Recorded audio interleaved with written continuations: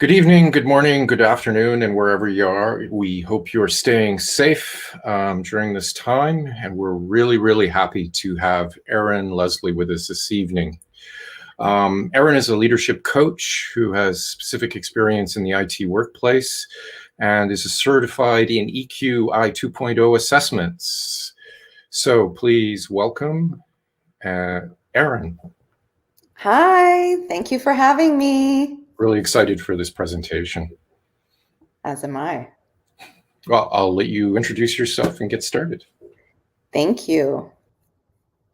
I will just pop up my screen.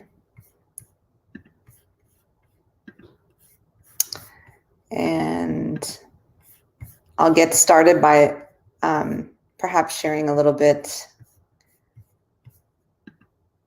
like this. Maybe I won't show you my slides just yet. So my name is Erin Leslie. I am a leadership coach. I represent CFIR, which is a Center for Interpersonal Relationships, helping people through psychotherapy and career counseling, which is something that I'm passionate about, helping people get to their next success. Specializing in emotional intelligence as well, and helping people understand the connection that they have with emotions in the workplace and how to leverage EQ with building better relationships. So without further ado, allow me to share with you my information and then we can get started.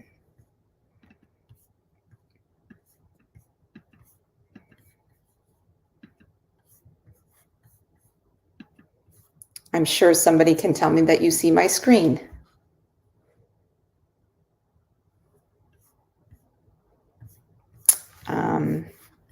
Okay. So today we're going to talk about the invisible skill set. And in terms of technology, and I have a 20-year history in technology, technology over the years has really shaped our emotional quotient when it comes to relationships in the workplace.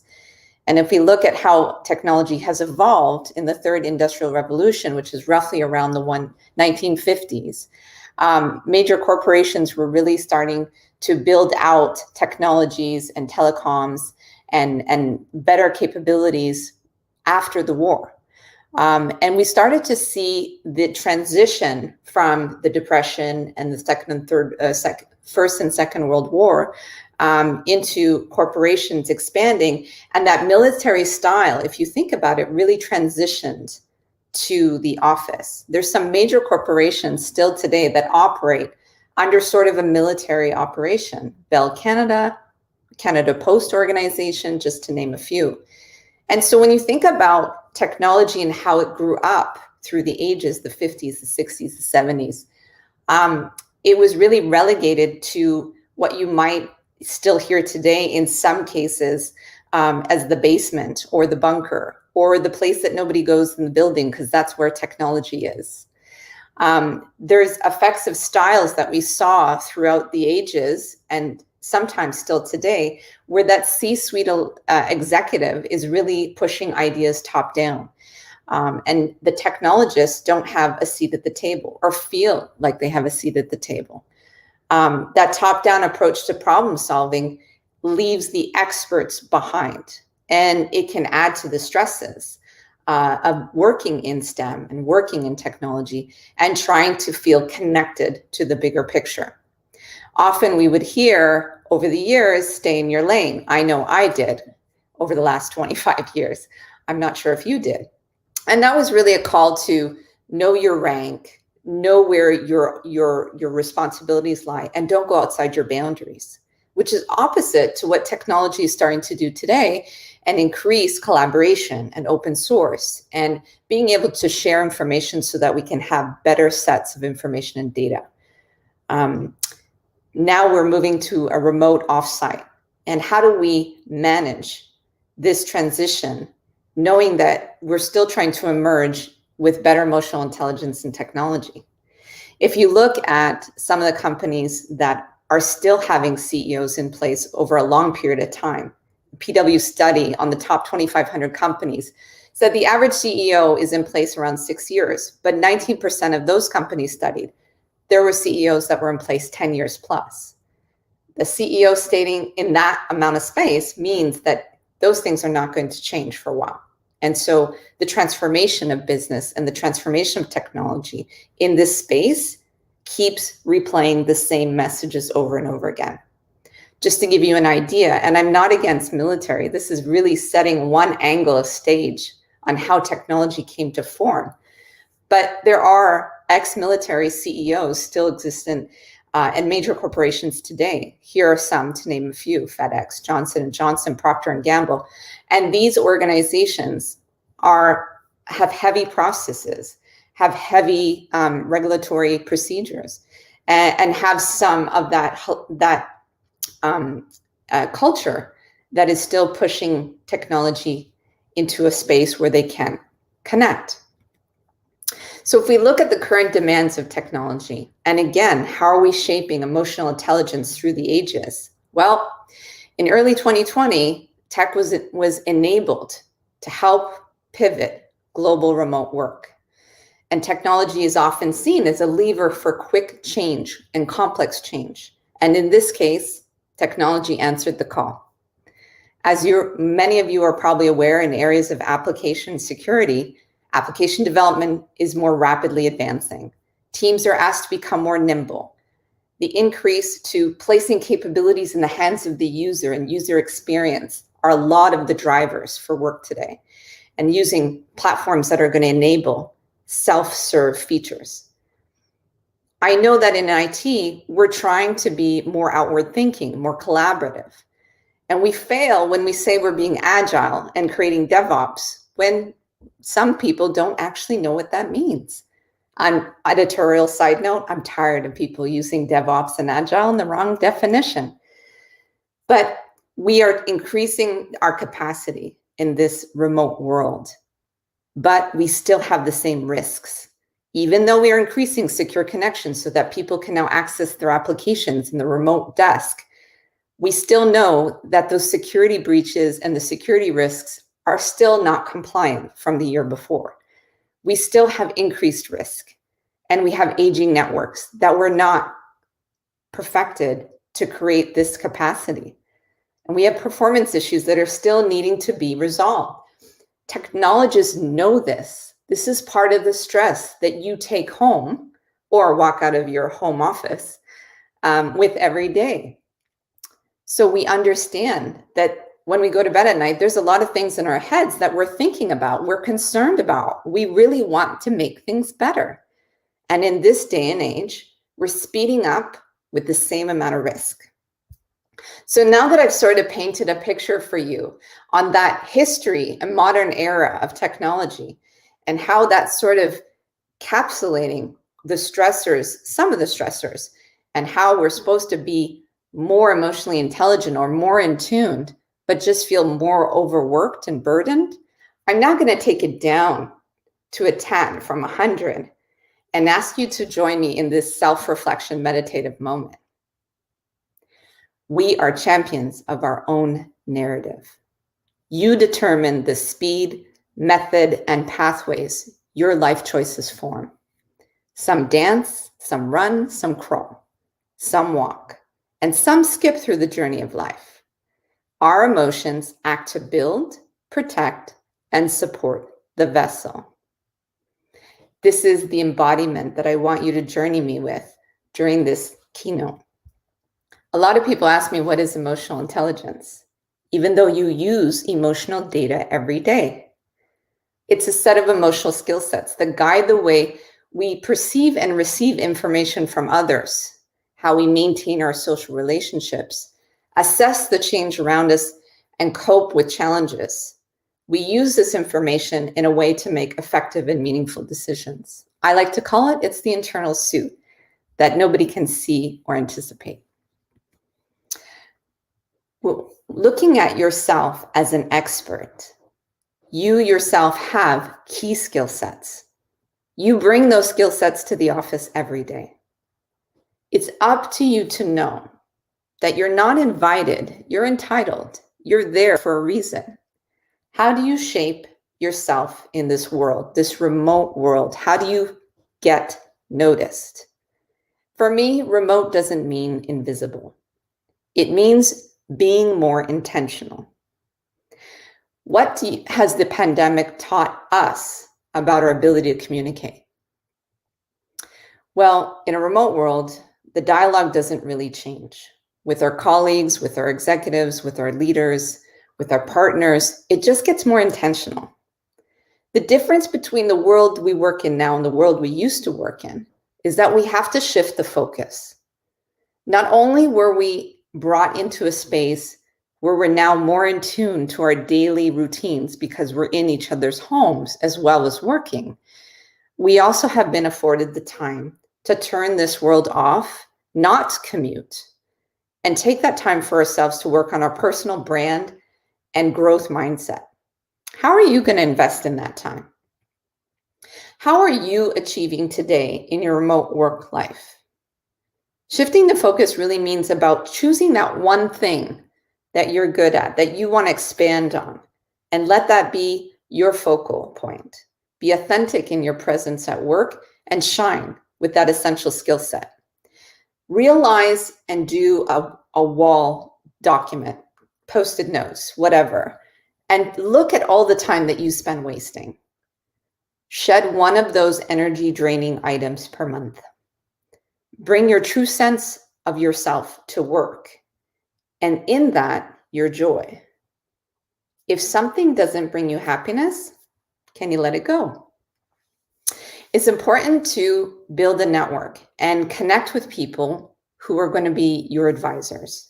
And so using emotional information allows you to help connect better, build stronger, trusted confidence relationships, and build a circle of trust.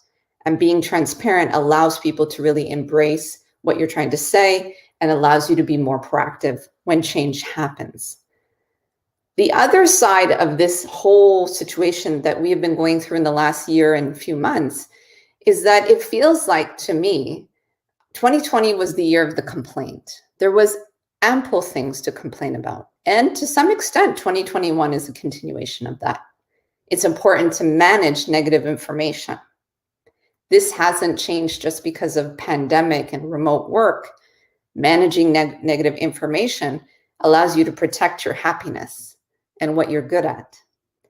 So be careful when you internalize negative influences. Ask yourself, is it important to spend time and energy on it? Let it sit with you for a moment, a day, and determine if you need to react to it. Don't initiate reaction immediately, and try not to have assumptions. Assumptions are killers to having strong relationships. With the evidence and emotional information, you can interpret others better. Building teams in a remote world can be really difficult, especially in technology. Some might say we have a lot of different collaborative tools. We have a lot of different ways to communicate. We should be natural at this. Not so. We still have to deal with the nuances of different personalities. We have to deal with how do we manage passive aggressive and introvert? How do we bring everyone to the table and feel equitable and accepted? Building accountability in your team is what really drives results. Making people understand, this is what you're good at. I want you to do more of this. I want you to be really accountable for this work or this project or this deliverable, and seeing them adopt that accountability, understanding it, and driving that delivery. Don't control how people do things. Creativity is the influence of productivity. Guiding and coaching, dropping those hints and messages, allow people to retain and decide on their own what their next step is. I find telling stories plants an amazing message and memory in my teams. When I want to convey a message, I'll relate back to something that I've done previously or that previous teams have succeeded in or failed as an example. It's important to applaud when true innovation has happened and true capability is brought to life, even if it's not your own team. Call out the other teams that are doing really good work, create that awareness, and demonstrate that we all want to win together. Create a healthy competition amongst your team. Find ways to determine how their levers are pulled in wanting to be competitive and better, but not being over competitive, if you get what I mean. If you have a problem that you want to solve, bring it to the collective and find the people that want to really solve that problem. They can tackle it first. They have the drive. But bring in other skill sets that might help pieces. Highlight individual skills and allow people to organically connect to create partnerships for growth. This can all be done in a remote world. It doesn't actually lend itself to cubicles, or if you're in an open space previously. Having these one-on-one connections and team meetings in a video conference is actually quite, is a great fodder for this type of development. It's important to ensure that your message is clear. In our remote worlds and technology, we tend to sometimes allude to hiding behind the keyboard. But regardless of how you send a message, whether it's through email or chat or in person, you have to be implicit with your emotional intelligence messaging. Communicate in ways that cannot be dismantled in a different way than you intended. We can't assume that the receiver understands our message. We have to apply critical skills to that message. It's important that we look at ourselves and say, do I really know what the room is thinking? Am I aware of myself and how I'm coming across? Have I gauged the right impulsion in responding to things or reacting to things?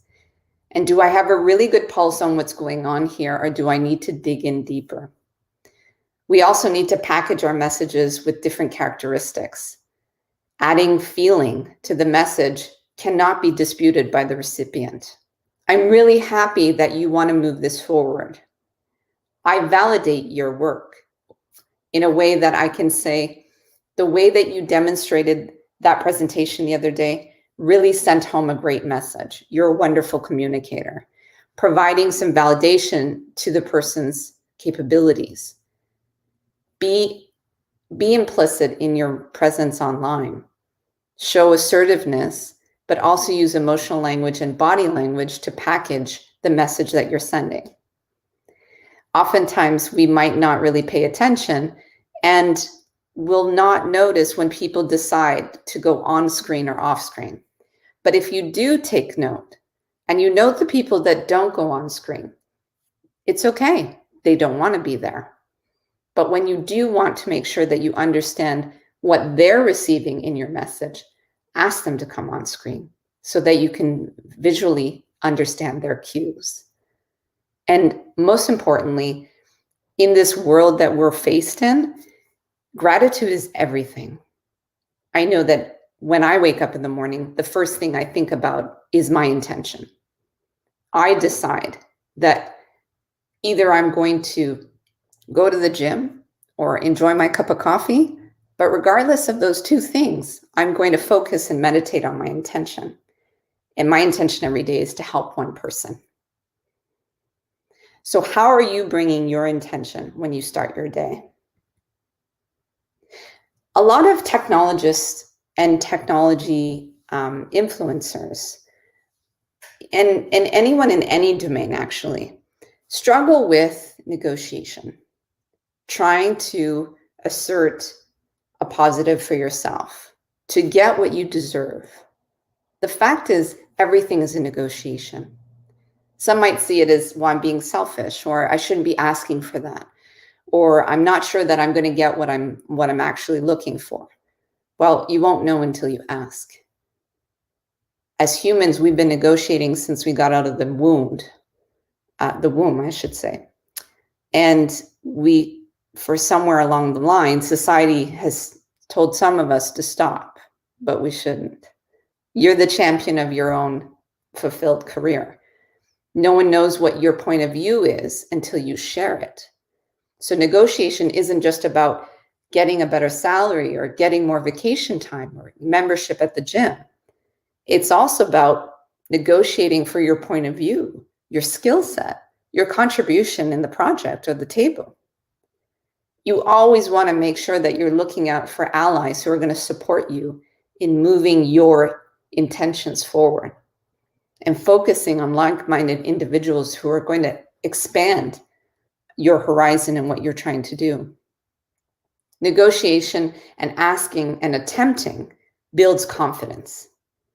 And you always want to go in with a fully packaged request. And you always want to know that if there are certain things that you would want to leave out, what are the things you could leave out? What are the things you could leave off the table? But be prepared to negotiate. It's part of the dance. And emotional intelligence information and emotional data is a part of that being successful in negotiating and getting more of the things that you want. Leadership plays a really key role in your work, regardless if you're an executive or a team player or someone who's, spending a lot of time in a single contributor role. There's a leadership aspect to what you do. If you're not finding your leadership style and you're not sure what it is that you can bring to your organization, even at your level, regardless if you want to run up the corporate ladder, so to speak, or not, you have to present who you are and allow people to really connect to, if I need this, I'm going to seek this person. Who are you? Well, a great exercise that I offer my clients in really assessing who they are and being able to present themselves is to present themselves always with a consistent 30-second elevator pitch that contains 3 key elements. Who are you? What's your unique skill? What's your passion? And what do you bring to the person or the corporation that you are faced with? So when you recite that 30-second elevator pitch, regardless where you are, whether you're at home, at a party, or on a Zoom call, or talking to someone who you've never spoken to in an elevator, your 30-second elevator pitch should always be your first introduction. Hi, this is who I am. This is my unique skill. This is what I bring to the world, and this is what I can do for you. That person now has 3 pieces of specific information that they can pull out to ask you more questions and get engaged. That is planting a memory in their memory bank about you. From there, you would want to continue relationship building, and you can do that remotely as well. Building mentors in your life, whether it be in your career or in your personal life, is really important. Inviting those people to have virtual coffee chats and demonstrating to executives that you're following certain trends, offer solutions to support the world that we live in and that we work in, and having that connection to what's important from their perspective as well. One of the things that you can do to influence in your own team is to think about, what can we build? What quick solution, self-serve, innovative, simple task can we solve that's going to allow people to recognize that you're capitalizing on an idea that can change your work style or your process and make it better for your department? Believe it or not, everybody says they're losing money, but at the same time, everyone's investing in innovation right now. There are opportunities to take some of that investment and use it wisely. When you're remote work, in my case, I don't know in yours, you have more time to kind of look at the external view of business processes. How can you strengthen those? How do you increase communication pathways, even though we have all these pathways with channels and emails, but how do you increase the likelihood of better communication? Improving technology where possible, and then finding new ways to showcase your achievement. You bringing your style and your emotional personality with it enforces people to trust and build with you. In our experiences in life and in business, what we experience shapes what we will do next. And oftentimes, our journey through our career is not always about accolades. There are professional memories throughout your journey that could have positive impacts. Great work, validation, successful assignments being awarded, positive feedback from your clients, sponsors and cheerleaders constantly making sure that you understand the value you bring. But that's few and far between. There's a lot of negative impacts. There's the personalities, the egos, the passive aggressivity. There's even harassment.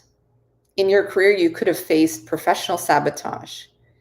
You could struggle with remote work-life balance and the stressors of dealing with the other aspects of your life in that same ecosystem. Dealing with client complaints or the experience of job termination, which is pretty impactful on someone's career memory. So all of these different positives and negatives, you made a conscious decision in your next job to not experience what you just went through. Just like often when we grow up, we say in our early years as an adult, I don't want to replicate what I went through as a child. So you might find yourself seeking companies that don't replicate the same industry that bad memory came from. You might be seeking types of bosses that don't look or are anything close to the bad boss that you had at the previous job. You're making decisions based on experiences, which is fine. You could be protecting yourself, or you could be letting experiences shape decisions, which could become biases. When you go through a negative career situation, just like a life situation, you have to mourn the situation. You have to apply the process of mourning. If you don't know it, just Google mourning process. There's like 10 steps. But it's important to walk through those emotions in order to be able to start the next journey in your career. You have to be able to set yourself aside from the personas in your ecosystem and decide how much of this is worth me stressing about versus creating the path for a pivot where I can actually get myself out of this situation and work in a more healthy environment.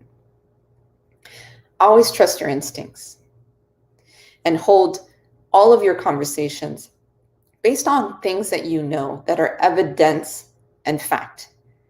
Any assumptions made have to be checked. That's where you'll fall into gaps and fall into patterns that might take you down a path that will end up not being in your authentic work life. It's a balance between understanding, do you change the ecosystem or do you change yourself? And one tends to be easier than the other. An introspection for you to consider is also about expectations versus the reality. So what do you expect of yourself every day when you walk into an office?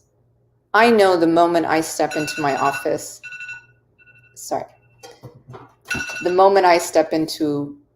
my office, I am taking myself out of, I have already taken myself out of how many emails do I have? How many difficult meetings am I about to face? How am I going to answer that difficult question from my senior leader?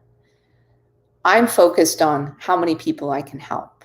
Back to my intention. And so I expect of myself the ability to, through work, help my company, help my clients, help my team. And so the reality versus what you expect can be two different things. It's situational.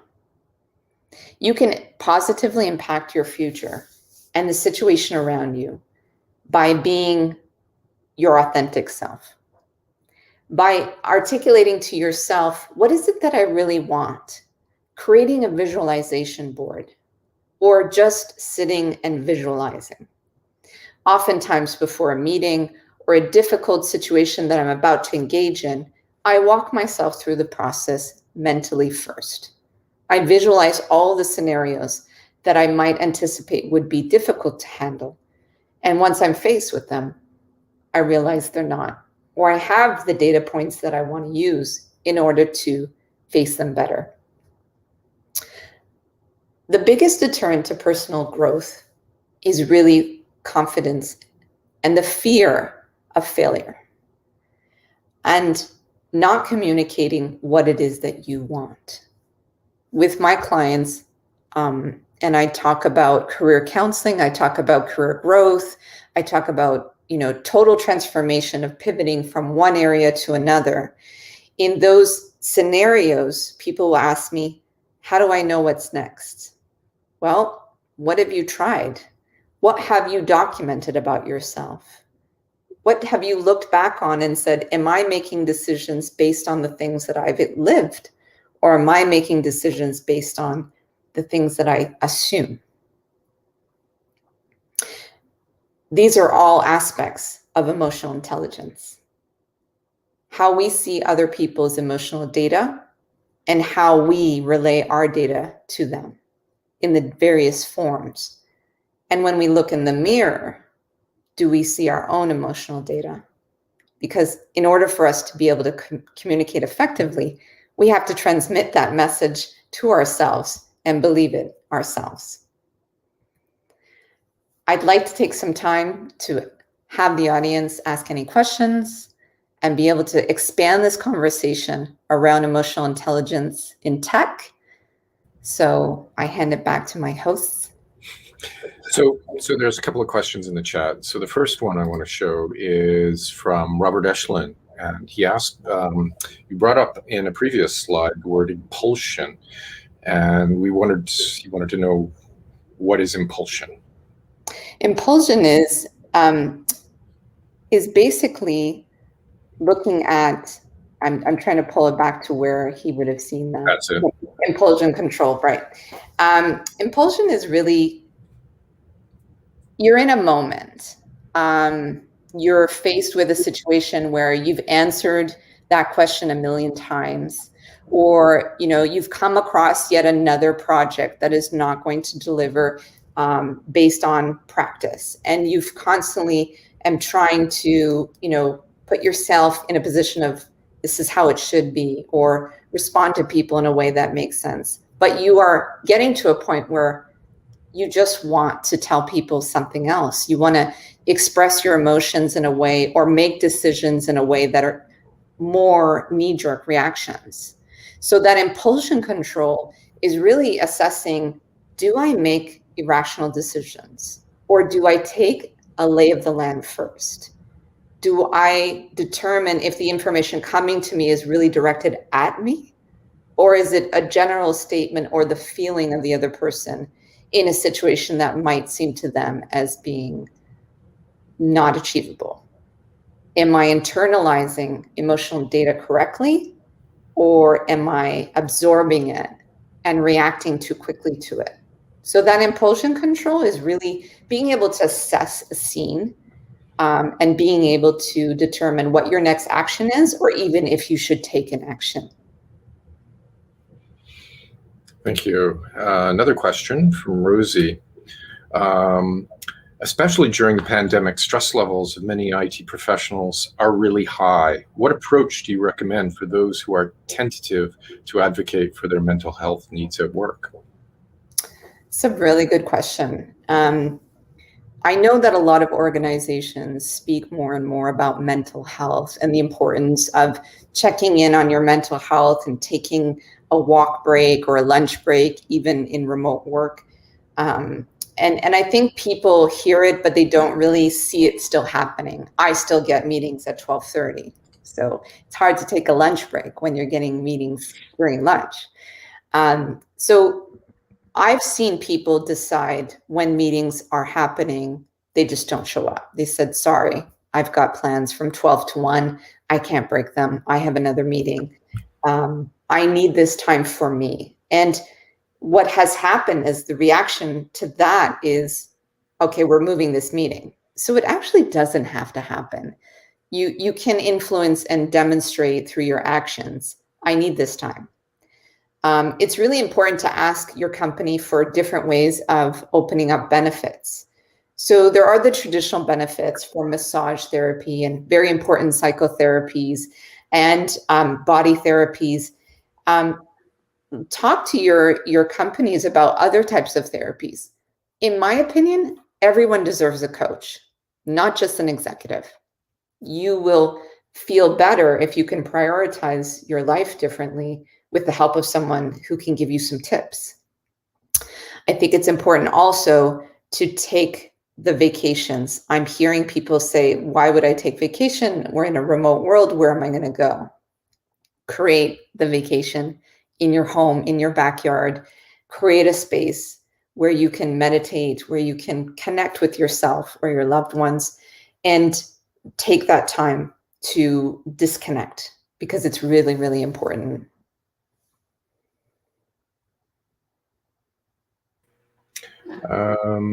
That's all the questions I can see at the moment. So back to you. Great. So I think if we want to expand on some of these ideas, other areas that I've really, talked about with other teams, and that in technology, we tend to keep the lights on, and we're always the ones ensuring that things stay running. And that can be a burden when you feel like you're the one that's dependent on the secure connections, the network, the telecom, the applications running smoothly, or the strategy behind the technology and the architecture of that. There's a lot of different facets where technologists believe that they can't disconnect because it will fall down. There is the old adage that, you're not saving lives. And in technology, it is the same thing. You're delivering a service and you can disconnect. I think the problem is really about different companies understanding that balance, and how do individuals advocate for the balance. We all wish we worked for the best leader who gave us that sense of balance. But the truth is, not all leaders subscribe. Not all leaders will give you that space. So you have to create that space. I feel like it's important now for me to not always be available on my calendar. I need to block time for my work, for my creativity. So blocking Monday mornings allows me to ease into my week and get things done for me between 9 and 12. And blocking my Friday mornings allows me to not feel compressed at the end of the week because there's 7 things that have to be done before Saturday. So that the idea of always creating space for my time and my creative time actually makes me feel good. I don't feel that sense of anxiety when I start my day and I see 10 meetings and none of it is about my think pattern. Anxiety in general is a really topic that is spoken about a lot these days, and how to deal with anxiety. And I'm starting to work with some groups on advocating through, HR and other bodies in companies that work on bias, and how to break down bias, and also how to create a safe space for people with different learning aptitudes and different personality aptitudes like ADHD and anxiety, and just different ways of taking in information. And it's very interesting how anxiety is really present across a lot of people. It's not just one group, but companies are not necessarily identifying how to modulate work for these different personalities and work styles and learning styles. So, if you are experiencing anxiety, try to create a support group within your company. You're going to find a lot of people that can talk to you along the same lines, and sharing ideas on how you can create collaborative spaces to breathe and be creative and work in the way that you were made to work, not the way others created that workspace.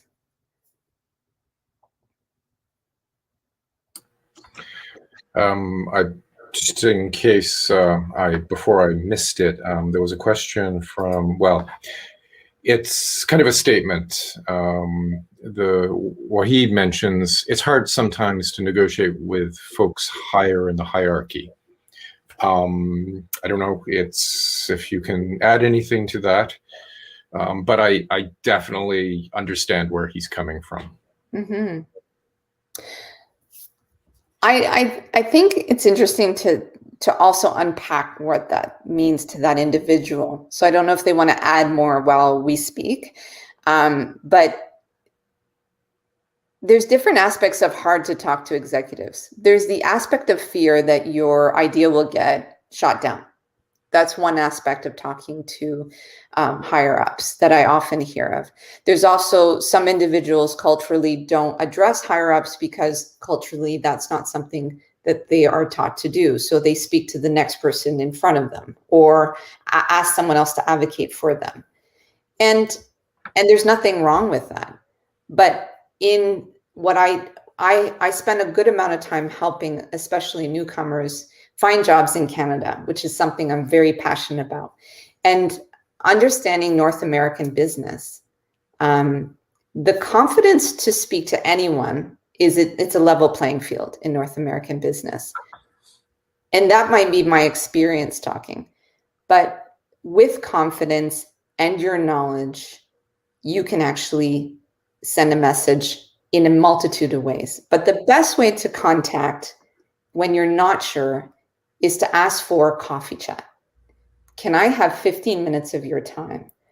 Can I give you an idea that I'm really passionate about? Give them information that they can use. Let them come back to you and start that relationship. That's one way to cultivate a relationship in a level above you that demonstrates that they understand what you're trying to do for them and that they want to reciprocate with you. Don't go after the executives that don't have the time of day to connect. They never will. If your intention and your body tells you that there's somebody open that is there to emotionally connect with you and understand you and hear you, focus on those individuals.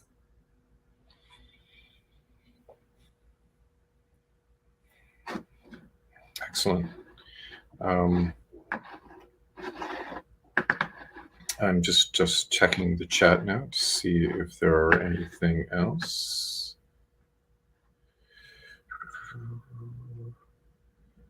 I can't see any additional questions at this point in time. I can, if I may, I've seen those situations where executives in all hands, and you ask the tough question in an all hands, even in a small organization, and then you're sort of taken aside later about being a team player. And that taught me something very important about the culture or the tone that was trying to be set in an organization. Mm-hmm. I don't work for them anymore. Right. So I do believe that those who don't want to listen will be surrounded by people who have nothing to say. Exactly. And they will keep a team of people that will listen to them and not voice their concerns or their opinions. And so, there are personalities, as I mentioned earlier, that are narcissist, passive aggressive, egocentric, and they're leading. And so we have to try and figure out what is it that they're good at? What can we learn from them? And kind of put aside the rest because it's noise. And in a way, it sounds like the cautionary tale. Oh, you'll like this one. Is it an OWASP series or an Erin series? Well, I'd like to say it's an Erin series because definitely we've gotten really great feedback in the chat, and we would definitely like to. I'm not ending it, but I'm just saying, we'd like to have you back at some point in time. I love that as well. And to the individual that asked if it was OWASP or Erin, I can talk tech, I can talk emotional intelligence, and I can talk behavior. If you have questions, I'm here to answer them, because I think this is a very unique group with a lot of great skill sets. And it's been an honor for me to have this opportunity to speak to you, because very rarely do you get invited to the security application side of the house. More often I get invited to the executive channel or the C-level channel. Let's talk about leadership. Let's talk about emotional intelligence and leaders, which is really, really important information. But as somebody who builds great teams and believes in building great people, I'm interested in, what everybody's thinking, not just the leaders. Well, let me throw in this question then. What would you, if you were in a situation where you were building a team from the ground up, you had a complete greenfield sort of scenario, and you wanted a cohesive, emotionally intelligent team that had not only the empathy for the consumers of whatever they were going to build, but to each other, how would you go about building it? I look at people whose resume depicts not only their technology or skill sets in general, whatever they might be, but also their passions. And sometimes that's not found in a resume. Sometimes people leave out the other aspects of their life, whether it be volunteerism or different groups that they're members of or leading in. Participation in different areas and programs helps shape what a person's intentions are and their passions. So oftentimes, I need the interview to determine what exactly makes them tick. So I'm interested in a variety of personalities in the room. I'm interested in a diverse team. I think it has to be very different personalities. It can't be all of one same type of personality, and it's not a happiness every day kind of look and feel. It's really how do you deal with stress? How do you do you jump to always help others, leaving your work behind, or do you take time to assess the situation and take consideration of the other people in the room? Do you promote other people? Do you work in groups already that you're brainstorming and collaborating, versus constant individual contributor work that might be less inclined to collaborate and listen to other parties? So there's a number of things that I'm looking for when I'm building a team from the ground up. And 100% fun is at the top of the list. How do you have fun? Awesome. I like that. Hire me. You're hired. I've posted on LinkedIn 3 roles for another world, but I won't mention that here. All right. Well, I'm sure everybody can find you on LinkedIn now. So look for a lot of searches to your account on LinkedIn. This has been awesome because you've been able to connect the dots on a lot of different data points that I've had through, a career, and a lot of things that that are now sort of apparent, that answer a lot of questions for things, those data points that were sort of gnawing at the back of my brain. So thank you very much for joining us. This has been absolutely awesome, and we'll look forward to hopefully having you at some point in time in the future. This is a series that we are calling The Elephant Room, which is essentially addressing all those questions and things that we need to talk about in IT and security in terms of how we are actually coping personally and professionally. So it's been a great honor to have Erin Leslie with us this evening, and we look forward to seeing you in the future and and seeing you, everybody else, at our next meetup. So check out all the usual social media channels, and we'll be announcing our next meetups in the following weeks. Thank you very much, and be safe, and have a nice evening. Thank you, Garth, and thank you to the OWASP community. I had a great time. Thank you.